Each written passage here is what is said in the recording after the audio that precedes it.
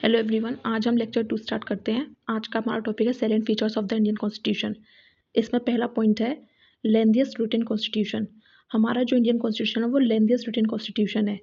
अब इसके लेंथी होने के पीछे रीजंस हैं जोग्राफिकल, हिस्टोरिकल, सिंगल कॉन्स्टिट्यूशन और dominance of legal luminaries. One by one explain करते चलते हैं। जोग्राफिकल फैक्टर्स, हमारा जो है इंडिया जो है वो बहुत वास्ट है और डाइवर्सिटी भी बहुत ज़्यादा है, जिसकी वजह से ये हमारा कॉन्स्टिट्यूशन के अंदर कॉन्स्टिट्यूशन हमारा बल्कि हुआ है। हिस्टोरिकल फैक्टर्स, हमारा जो कॉन्स्टिट्यूशन है वो गवर्नमेंट ऑफ इंडिया एक्ट 1935 से हाईली इन्फ्लुएंस्ड है, जिसकी वजह से वो बल्कि हुआ है। एक रीज़न ये भी है। सिंगल कॉन्स्टिट्यूशन है सेंट्रल स्टेट्स के लिए। बहुत सारे कंट्रीज़ ऐसी हैं जहाँ पे अलग अलग कॉन्स्टिट्यूशन होता है सेंट्रल स्टेट्स के लिए, बट हमारे कंट्री के अंदर सेंट्रल स्टेट के लिए सिंगल कॉन्स्टिट्यूशन है, जो कि ये भी एक रीज़न है। And dominance of legal luminaries in the constituent assembly.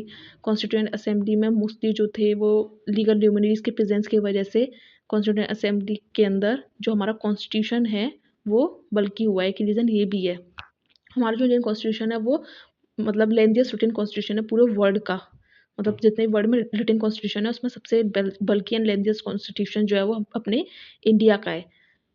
अपना जो कॉन्स्टिट्यूशन है वो जब लिखा गया था, जब इनेक्ट हुआ था इन द ईयर 1949, तो उस वक्त हमारे कॉन्स्टिट्यूशन के अंदर 395 आर्टिकल्स थे, 22 पार्ट्स थे एंड 8 शेड्यूल्स थे। लेकिन प्रेजेंटली अमेंड होते होते हमारे कॉन्स्टिट्यूशन में अप्रॉक्सीमेटली मोर देन 470 आर्टिकल्स हैं, 25 पार्ट्स हैं एंड 12 शेड्यूल्स हैं, जिसकी वजह से कॉन्स्टिट्यूशन डे बाय डे और भी ज़्यादा बल्कि होता जा रहा है। ठीक है, नेक्स्ट पॉइंट पे चलते हैं। नेक्स्ट पॉइंट है ड्रॉन फ्रॉम वेरियस सोर्सेज। हमारा जो कॉन्स्टिट्यूशन है वो बहुत सारे सोर्सेज से दिया हुआ है। अब इसके लिए doctor B are Ambedkar ji ने बहुत अच्छी बात कही थी। बोला था कि हमने अपना कॉन्स्टिट्यूशन किसी भी अदर कंट्री का कॉन्स्टिट्यूशन की कॉपी पेस्ट नहीं किया है। हमने रेंसेक्ट किया है जितने वर्ल्ड के अंदर नोन कॉन्स्टिट्यूशन है, और उनमें से जो जो बातें हमें अच्छी लगी वो हमने कॉन्स्टिट्यूशन के अंदर मैंशन करी है। ठीक है, अब हमने अपना कॉन्स्टिट्यूशन किस किस उससे लिया हुआ है। हमने अपना कॉन्स्टिट्यूशन लिया है गवर्नमेंट ऑफ इंडिया 1935। मेजरली हमारा कॉन्स्टिट्यूशन यहीं से ड्राइव्ड है। अमेरिकन कॉन्स्टिट्यूशन से लिया है। अब अमेरिकन कॉन्स्टिट्यूशन से हमारे उसके अंदर क्या क्या फीचर है। Independence of judiciary, judicial review, fundamental rights, removal of supreme court and high court जजेस, प्रियम्बल और the functions of the president and the vice president. ये हमारे अमेरिकन कॉन्स्टिट्यूशन से है। आयरलैंड से हमने क्या लिया है। आयरलैंड से हमने डीपीएसपी ली है और मेथड ऑफ प्रेसिडेंशियल इलेक्शंस लिया है। मेंबर्स राज्यसभा के अंदर कैसे नॉमिनेट होते हैं प्रेसिडेंट के थ्रू, वो हमने आयरलैंड से लिया है। ब्रिटिश कॉन्स्टिट्यूशन से हमने क्या लिया है। लॉ मेकिंग प्रोसीजर लिया है, रूल ऑफ लॉ लिया है, सिंगल सिटीजनशिप लिया है, बाई कैमरल पार्लियामेंट्री सिस्टम लिया है, कैग का ऑफिस लिया है, मतलब कैग का जो ऑफिस है वो, और रिट्स, ये सब हमने ब्रिटिश कॉन्स्टिट्यूशन से लिया है। यूएसएसआर से हमने क्या लिया है। हमने फंडामेंटल ड्यूटीज़ को लिया है यूएसएसआर से। जस्टिस दिया है, आइडल्स ऑफ जस्टिस जो है प्रेम्बल के अंदर, वो हमने यूएसएसआर से लिए हैं। ठीक है, जापान से हमने प्रोसीजर एस्टेब्लिश्ड बाय लॉ लिया है। कनाडा से हमने क्या लिया है। हमने कनाडा से फेडरेशन विद स्ट्रॉन्ग सेंटर लिया है। रेसिडुअरी पावर्स जो सेंटर को हमने प्रोवाइड करी हैं वो हमने कनाडा से लिए हैं।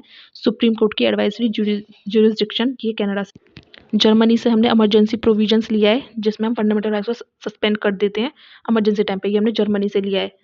ऑस्ट्रेलिया से हमने आइडल ऑफ कंकरेंट लिस्ट लिया है, मतलब आइडिया ऑफ कंकरेंट लिस्ट लिया है। ट्रेड एंड कॉमर्स के प्रोविजंस लिए हैं और जॉइंट सिटिंग लिए हैं। अगर कभी भी मतलब दोनों हाउसेस के अंदर एक मतभेद होता है तो जॉइंट सिटिंग का प्रावधान जो है वो हमने ऑस्ट्रेलिया। फ्रांस से हमने रिपब्लिकन सिस्टम लिया, principles of liberty, equality and fraternity.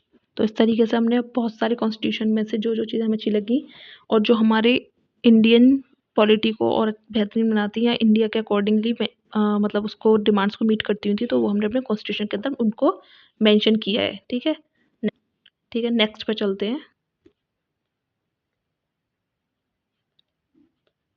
Third point है blend of rigidity and flexibility.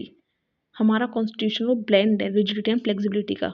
मतलब हमारे कॉन्स्टिट्यूशन इतना रिजिड नहीं है कि हम उसमें चेंज नहीं कर सकते, और इतना फ्लेक्सिबल भी नहीं है कि हम उसमें अपने अकॉर्डिंगली कभी भी चेंज कर सकते हैं। तो एक हम हमारे कॉन्स्टिट्यूशन हम चेंज कैसे कर सकते हैं। हम हमारे कॉन्स्टिट्यूशन को हम अमेंडमेंट्स के थ्रू चेंज कर सकते हैं। अमेंडमेंट्स करने के दो तरीके बताए गए हैं हमारे कॉन्स्टिट्यूशन में, वो आर्टिकल 368 के अंदर मेंशन है। तो पहला तरीका क्या है। पहला है कि हम अपने कॉन्स्टिट्यूशन को चेंज कर सकते हैं 2/3 मेजोरिटी से। ठीक है, पार्लियामेंट के अंदर। सेकंड तरीका है 2/3 मेजोरिटी होनी चाहिए पार्लियामेंट के अंदर। उसके साथ साथ half of the state ratification भी ज़रूरी है। किस केस में, जहाँ पे स्टेट इन्वॉल्व हो उन केसेस में केवल। ठीक है, हर केस में इसका ज़रूरत नहीं होती। एक होती है सिंपल मेजॉरिटी। सिंपल मेजॉरिटी जो है वो आर्टिकल 368 के अंदर इंक्लूड नहीं होती है। ठीक है, इस मतलब आर्टिकल 368 का यूज़ करके हम अपने कॉन्स्टिट्यूशन को अमेंड कर सकते हैं। और जो सिंपल मेजॉरिटी है वो यूज़ की जाती है in the ordinary legislative procedures, उन सब में सिंपल प्रोसीजर्स को यूज़ किया जाता है। बाकी आर्टिकल 368 जो है वो अमेंडमेंट के टाइम पे यूज़ किया जाता है। ठीक है, नेक्स्ट पे चलते हैं। नेक्स्ट है हमारा फेडरल सिस्टम विथ यूनिटरी बाइस। हमारा फेडरल सिस्टम विथ यूनिटरी बाइस, इसका मतलब ये है कि हमारे कॉन्स्टिट्यूशन के अंदर, मतलब हमारी इंडियन पॉलिटी के अंदर फेडरल सिस्टम को हम मतलब फेडरल सिस्टम के कुछ फीचर्स मिलेंगे और कुछ जो है नॉन फेडरल फीचर्स हैं। हमारा जो इंडिया के अंदर जो कॉन्स्टिट्यूशन, हमारी जो इंडियन पॉलिटी है वो मेजरली जो है फेडरल नेचर है। बट इमरजेंसी के टाइम पे या फिर जहाँ पे सेंटर स्टेट का क्लैश हो वहाँ पे सेंटर तो यूनिटरी हो जाता है। मतलब ऐसा नहीं है कि हम पूरी तरीके से यूनिटरी हैं या पूरी तरीके से फेडरल हैं। हमारा जो कॉन्स्टिट्यूशन है वो फेडरल इन फॉर्म है बट यूनिटरी इन स्प्रिट है।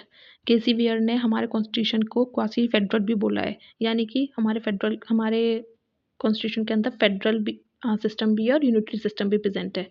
अब देख लेते हैं फेडरल उसके फीचर्स क्या होते हैं। फेडरल में फीचर्स होते हैं two government, division of powers, written constitution, supremacy of the constitution, rigidity of constitution, independent judiciary, bicameralism यानी कि ये Lok Sabha and the Rajya Sabha centre में, और स्टेट्स के अंदर स्टेट असेंबली, लेजिस्लेटिव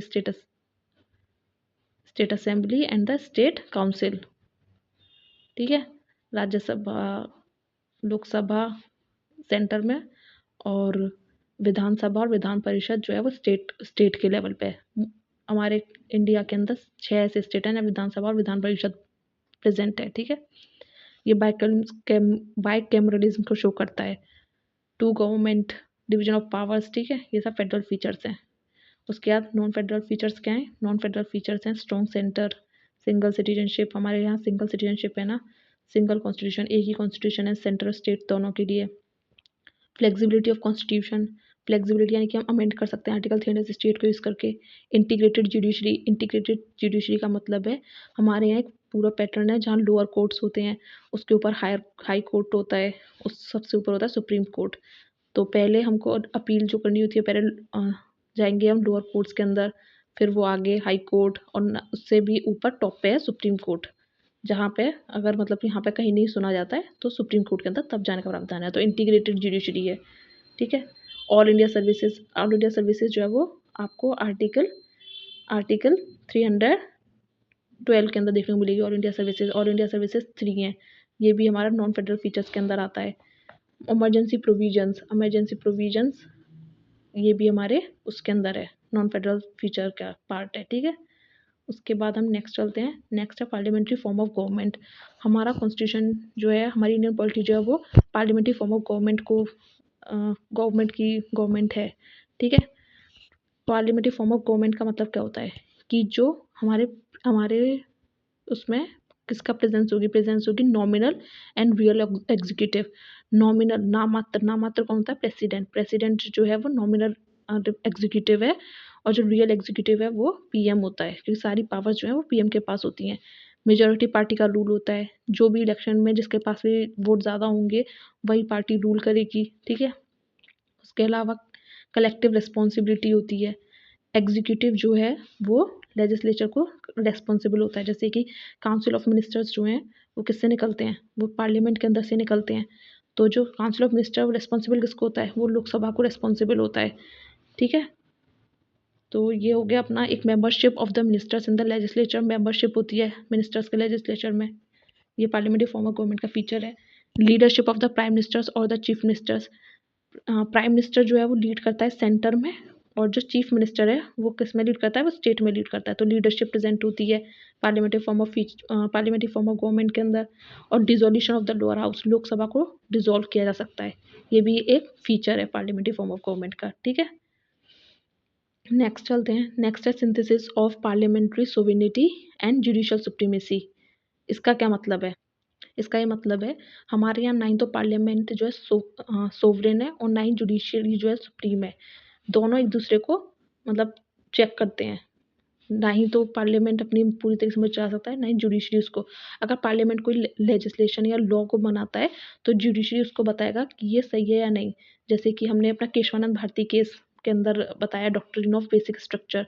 अगर कोई पार्लियामेंट ऐसा लॉ बनाता है जो कि फंडामेंटल राइट्स या सिटीजन्स के राइट्स को एब्रोगेट करता है, छीनता है, तो जुडिशरी उन लॉ को नल एंड वॉइड डिक्लेयर कर सकती है। तो हमारे यहाँ सिंथेसिस है दोनों का, parliamentary sovereignty and judicial supremacy का।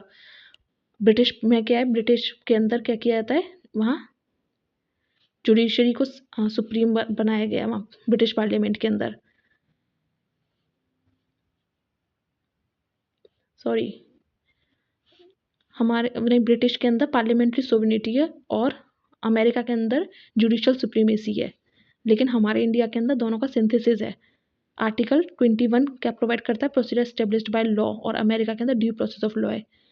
ड्यू प्रोसेस ऑफ लॉ का मतलब होता है कि अगर कोई लॉ जैसे पार्लियामेंट ने लॉ बनाया, तो जो लॉ बनाया गया है वो पहले उस पर ये देखा जाएगा कि वो लॉ जो है वो मतलब सही है या नहीं, मतलब किसी के किसी से उसको हार्म तो नहीं कर रहा, या फिर कुछ ऐसा लॉ तो नहीं है जिससे सिटीजन्स को और ज़्यादा प्रॉब्लम हो।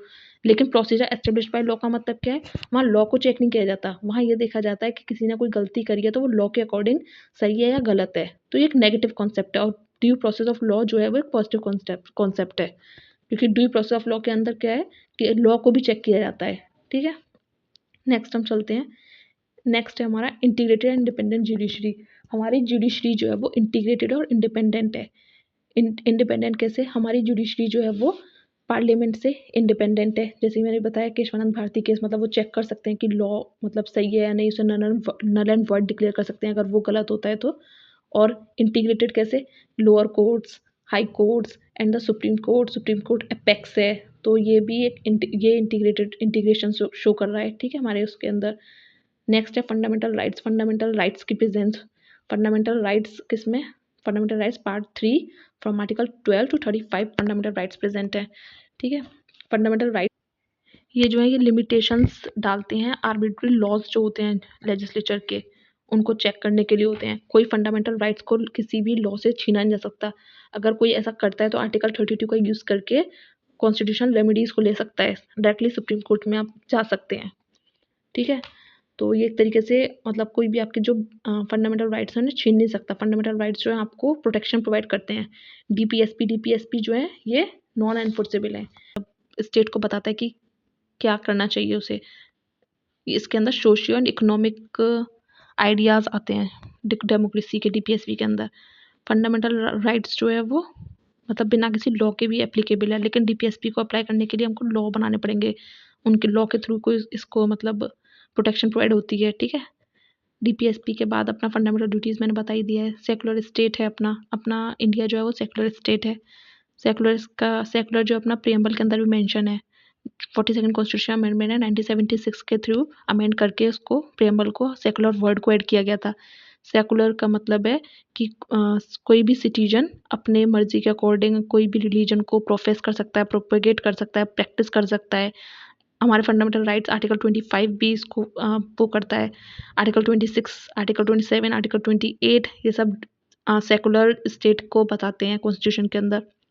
आर्टिकल 15 की कोई भी डिस्क्रिमिनेशन नहीं होगा रिलीजन ग्राउंड पे, और आर्टिकल 16 भी बोलता है कि एम्प्लॉयमेंट अपॉर्चुनिटीज़ प्रोवाइड की जाएंगी हर सिटीजन को, किसी भी ग्राउंड पे भेदभाव नहीं किया जाएगा, चाहे वो रिलीजियस ग्राउंड ही क्यों ना हो। ठीक है, आर्टिकल 29 एंड 30 जो है वो अपने कल्चर को प्रोटेक्ट करने का राइट देता है माइनॉरिटीज़ को। ठीक है, आर्टिकल 44 जो है यूसीसी सेकुलर स्टेट के बताते हुए आर्टिकल 44 है, जो कि डीपीएसपी के अंदर मेंशन है, जो कि यूनिफॉर्म सिविल कोड का बारे में बताता है। वेस्टर्न कॉन्सेप्ट सेकुलरिज्म जो है वो कंप्लीट सेपरेशन है religion and the state politics के बीच में, वो नेगेटिव कॉन्सेप्ट है। हमारा जो है पॉजिटिव कॉन्सेप्ट है, पॉजिटिव कॉन्सेप्ट ऑफ सेकुलरिज्म है, यानी कि हम इक्वल रेस्पेक्ट देते हैं सभी रिलीजन को और प्रोटेक्ट करते हैं सारे रिलीजन्स को इक्वली। और कॉन्स्टिट्यूशन है जो वो अबॉलिश करता है old system of communal representation को। Universal adult franchise, universal adult franchise का मतलब है कोई भी नागरिक जो 18 साल से बड़ा है वो वोट देने का अधिकारी है। 61st कॉन्स्टिट्यूशनल अमेंडमेंट एक्ट किया गया था 1988 के अंदर, जहाँ पे इस एज को 21 से घटाकर 18 कर दिया गया था।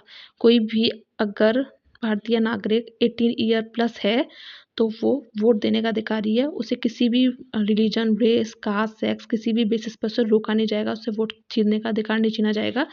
चाहे वो अमीर है, गरीब है, किसी भी तरीके से उससे ये अधिकार लिया नहीं जाएगा। हमारे कॉन्स्टिट्यूशन के अंदर यूनिवर्सल एडल्ट फ्रेंचाइज है जो कि अलाउ करती है किसी भी एडल्ट को जो 18 प्लस है उसे वोटिंग राइट प्रोवाइड करती है। ठीक है, नेक्स्ट चलते हैं। नेक्स्ट है सिंगल सिटीजनशिप। सिंगल सिटीजनशिप है हमारे यहाँ ऐसा कोई लॉ नहीं है जहाँ पे सेंटर की अलग सिटीजनशिप हो या स्टेट की अलग सिटीजनशिप हो, जैसे कि यूएसए के अंदर फॉलो किया जाता है ये। लेकिन हमारे इंडिया में ऐसा कुछ नहीं है। हमारे इंडिया में सिंगल सिटीजनशिप को मान्यता दी गई है। नागरिक हो, सिर्फ इंडियन हो, ठीक है, ना ही मतलब कोई स्टेट के बेसिस पर कुछ नहीं है। यूपी का नागरिकता अलग नहीं है, एमपी की अलग नहीं है, ठीक है, एक ही नागरिकता है और वो Indian citizenship. Emergency provisions. Emergency provisions जो है वो 3 आर्टिकल के अंदर देखने को मिलते हैं। Article 352, 356 and article 360। 352 वाले के अंदर नेशनल इमरजेंसी है और 356 के अंदर प्रेसिडेंशियल रूल लगता है एंड 360 जो है फाइनेंशियल इमरजेंसी से डील करती है। इमरजेंसी प्रोविजंस में क्या होता है? इमरजेंसी प्रोविजंस जब लगते हैं जब सेफ गार्ड करना होता है sovereignty, unity, integrity and security of the country और democratic political system of the constitution. Extraordinary situation के अंदर ही इमरजेंसी को लगाया जाता है। जब इमरजेंसी लगती है तो फेडरल स्ट्रक्चर जो होता है वो कन्वर्ट हो जाता है इन द यूनिटरी वन, और जितनी भी पावर होती है वो सारी पावर जो है सेंटर पे चली जाती है इमरजेंसी के टाइम पे। ठीक है, ये हमारे कॉन्स्टिट्यूशन के अंदर मेंशन्ड है। अब नेक्स्ट चलते हैं। 3 टायर ऑफ गवर्नमेंट। हमारे पॉलिटिकल सिस्टम के अंदर 3 टायर ऑफ गवर्नमेंट देखने को मिलती है। एक तो पंचायत जो कि लोकल लेवल्स पे होती है, एक होती है स्टेट गवर्नमेंट जो कि स्टेट लेवल पे देखने को मिलेगी, एक होती है सेंट्रल गवर्नमेंट यानी कि यूनियन गवर्नमेंट जो कि सेंट्रल लेवल पे देखने को मिलती है। 3 टाइप गवर्नमेंट है हमारे इंडियन कॉन्स्टिट्यूशन के अंदर मेंशन्ड है। ये हमारे कॉन्स्टिट्यूशन का सैलिएंट फीचर्स है। 3 टाइप गवर्नमेंट। जो पंचायत वाला है वो अमेंडमेंट हुआ था 73rd एंड 74th। 74 से म्यूनसिपैलिटीज आई थी एंड 73rd से पंचायत आया था। ये local government third left tyre जो है हमारे कॉन्स्टिट्यूशन में ऐड हो गया था। ये पार्ट 9A एंड 9B के अंदर देखने को मिलता है। शेड्यूल 11 एंड शेड्यूल 12 को ऐड किया गया था पंचायत एंड म्यूनसिपैलिटी के फॉर्मेशन के टाइम पे। ठीक है, नेक्स्ट है अपना कोऑपरेटिव सोसाइटीज़। कोऑपरेटिव सोसाइटीज़ जो है वो 43B DPSP के उसमें देखने को मिलती हैं। 43B के अंदर कोऑपरेटिव सोसाइटीज़ के प्रमोशन के बारे में बात की गई है। 97th कॉन्स्टिट्यूशन अमेंडमेंट एक्ट जो है वो कोऑपरेटिव सोसाइटीज से रिलेटेड है। 9th B पार्ट है कॉन्स्टिट्यूशन के अंदर जो कि पार्लियामेंट को पावर देता है multi state cooperative societies and state legislature in respect of other cooperative societies to make the appropriate law बनाने की पावर प्रोवाइड करता है। ठीक है, उसके बाद हम चलते हैं नेक्स्ट आते हैं अब पारी है क्रिटिसिज्म ऑफ द कॉन्स्टिट्यूशन। क्या क्या वो है कॉन्स्टिट्यूशन, क्या क्या कैसे क्रिटिसाइज किया गया है? बोला गया है बोरोड कॉन्स्टिट्यूशन है। बोरोड कॉन्स्टिट्यूशन क्यों बोला गया है? क्योंकि हमने अपने कॉन्स्टिट्यूशन को बहुत सारे वर्ड के कॉन्स्टिट्यूशन से मतलब उसमें से निकाल के अपना कॉन्स्टिट्यूशन को लिखा है, इसलिए इसे बैक ऑफ बोरोड कॉन्स्टिट्यूशन भी बोला गया है। नेक्स्ट है कार्बन कॉपी ऑफ 1935 एक्ट। क्योंकि बहुत सारे प्रोविजंस जो हैं वो गवर्नमेंट ऑफ इंडिया एक्ट से लिए गए इसलिए कार्बन कॉपी बोला गया है।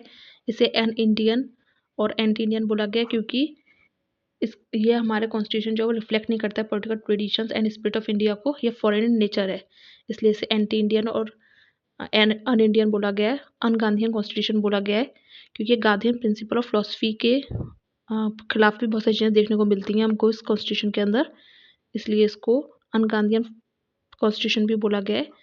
नेक्स्ट है एलिफेंटाइन साइज। हमारा कॉन्स्टिट्यूशन साइज बहुत बड़ा है, उसके रीजंस हमने बताए थे जैसे कि सेम जोग्राफिकल फैक्टर्स है, हिस्टोरिकल फैक्टर्स हैं और सिंगल कॉन्स्टिट्यूशन है, तो इसकी वजह से हमारा कॉन्स्टिट्यूशन जो है वो बड़ा हो गया है, मतलब बल्कि हो गया है, इसलिए इसे एलिफेंटाइन साइज बोला गया है। Paradise of the lawyers. Paradise of the lawyers इसलिए बोला गया है क्योंकि जो कॉन्स्टिट्यूशन के अंदर जो लैंग्वेज यूज़ की गई है वो थोड़ी कॉम्प्लिकेटेड है, जो कि कॉन्स्टिट्यूशन को जो कि नॉर्मल सिटीजन है उसको समझने में थोड़ी सी प्रॉब्लम आती है, इसलिए इसे पैराडाइज ऑफ द लॉयर्स बोला गया। बहुत सिंपल टर्म्स में एक्सप्लेन किया गया। जो लॉ की लैंग्वेज है उसको यूज़ किया गया है, इसलिए इसे पैराडाइज ऑफ द लॉयर्स भी बोला गया है। ठीक है, तो फिर आज के लिए लेक्चर कंप्लीट होता है। Thank you so much for watching this.